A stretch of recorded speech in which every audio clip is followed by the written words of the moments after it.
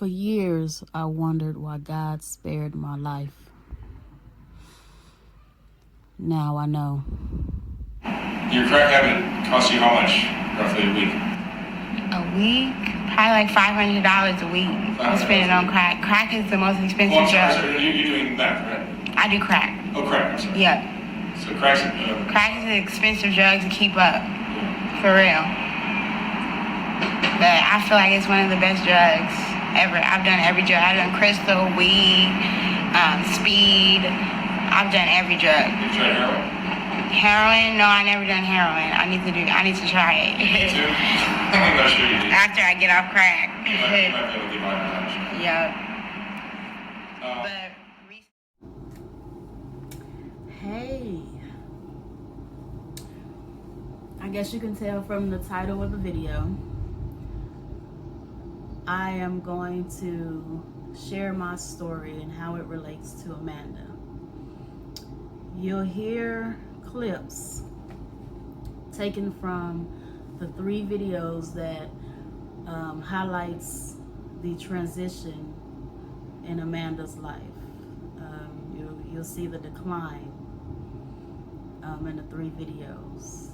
If you don't know what I'm talking about, I'll tag the videos in the description of this video, as well as the channel that I got the videos from. Amanda is a young lady. I think she says she's 24 years old, and she's addicted to drugs.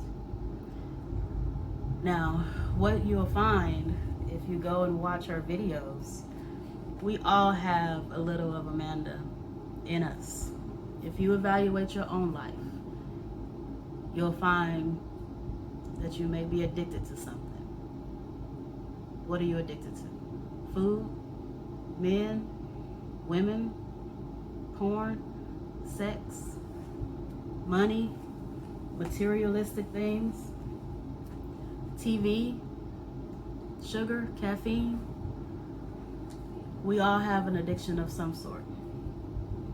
However, Amanda's outer world is a reflection of her inner world, her inner being. Do you see that you're kind of getting worse and worse every time we speak? I mean, I'm not getting worse and worse. That's just the lane you want to go. That's just the lane you want to go. So I'm going to stop that right now and say I got better. But my living situation, my money situation, I don't have friends. It's a big situation. So ain't nobody. However, my story is eerily similar to Amanda's. My childhood looks a lot like Amanda's. I had an absent parent who was addicted to drugs and in and out of jail, prison. I had a toxic parent who was in and out of jail. She wasn't addicted to drugs. I never seen her do drugs, alcohol, or street walk. But she did live a life of crime and was sometimes abandoned me as a result. I did live with my grandmother for portions of my life in my childhood. I don't know, she's on drugs somewhere. Yeah. And how was it like at home with Dad?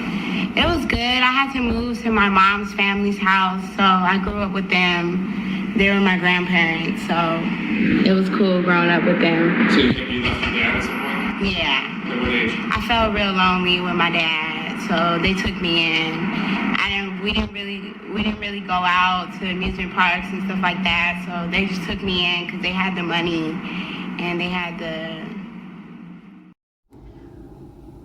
So, understand, in a world of darkness and chaos, for a child, there's no hope. There is no positivity. There's no influence. No good, strong influence. There's no real childhood. Children like me and Amanda, we're not afforded the luxury of being children. There's nothing to live for. It's just darkness and chaos. It's a mental entrapment. It's hell on earth. Truly is what it is. For young children, this is a normal life. This story is not unique.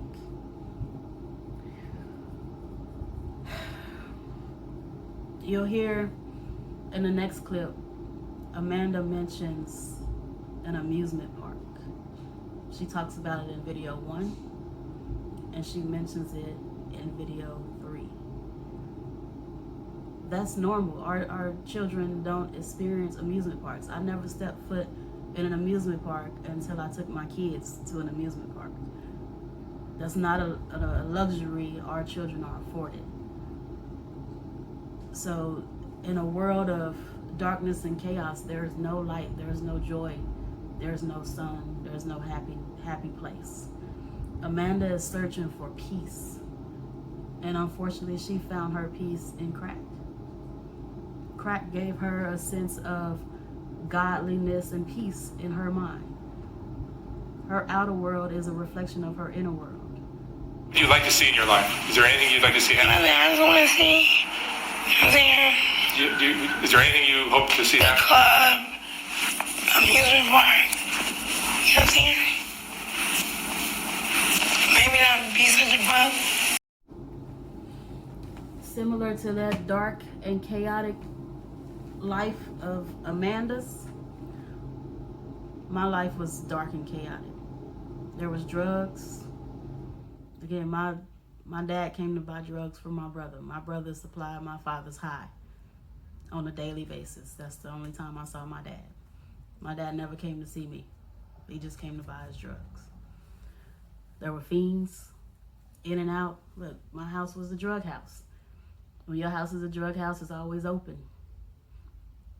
And almost anybody is welcome. So I constantly saw that life in and out. As a child, I was out of sight, out of mind. That's usually our children in this life, in that environment, are out of sight and out of mind. I had very little friends. You hear Amanda mention, I don't have no friends. She mentioned that in all 3 videos. That was unanimous. I have no friends. That's a common narrative for our kids. Where are my friends? I don't have friends. There was a lot of violence, a lot of domestic disputes. I've seen my mother get choked by her husbands. She's yelling, Brittany, get him. I'm 6 years old. What exactly am I supposed to do at 6? I've seen my brother pull a gun on my mom and my sister when I was 8, maybe 8, 9 years old. I don't know. A lot of violence. I've seen it with my own eyes. At a very young age, when I should be laughing and joking and being a kid. Our children are not afforded that luxury. They're exposed to way too much. I know abandonment all too well. Again, when my mom would commit her crimes and end up in jail, I was with my grandmother. That happened all too often. And I'm always left wondering, does anybody love me? Where's my mom and my daddy? Why they keep leaving me? I've stepped foot on more prison facilities than I care to admit. From visiting relatives. Majority of my family members have been in and out of prison. And most of my childhood was spent going to visit them. I'll tell a man in a minute, I'm not waiting. If you go to prison, I'm not waiting. I'm not coming to visit. I did enough of that as a kid. I'm not doing that as an adult. I refuse. I had a lot of homelessness in my childhood. I slept in cars, hotels, shelters. There were often times when CPS should have taken me. I should have been in foster care. My life should have gone a lot of different ways. I'm Amanda. I see myself in her when I look at those videos. I've watched those videos several times, and I cannot watch without crying because my life is so similar. and God spared me. Up until seeing Amanda's videos, I didn't understand why God spared me. Why didn't I flee into the hands of a pimp? Why didn't I link up with that one friend that happened to be a prostitute? Why did God cover me? Why did God protect my mind? For years, I never understood why. Now I know. Seeing Amanda's videos, I know exactly why. And I tell y'all, when I'm trying to keep my thoughts together so the video won't be astronomically long, okay? So I wrote notes so I can stay on point and stay on purpose because I got a lot to say. My childhood had a lot of abuse in it. It had a lot of you need to lose weight conversations in it.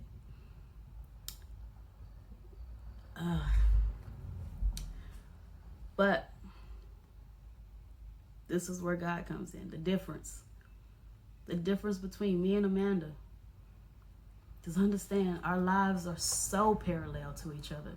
It is eerily scary that I know where I could have been, but God spared my life. God protected my mind. The difference between me and Amanda, I was never attracted to that life. I saw it every day. I was never attracted to it. I used to walk through Walmart with my mom and watch her steal in the store. And I was not intrigued. I was not pleased.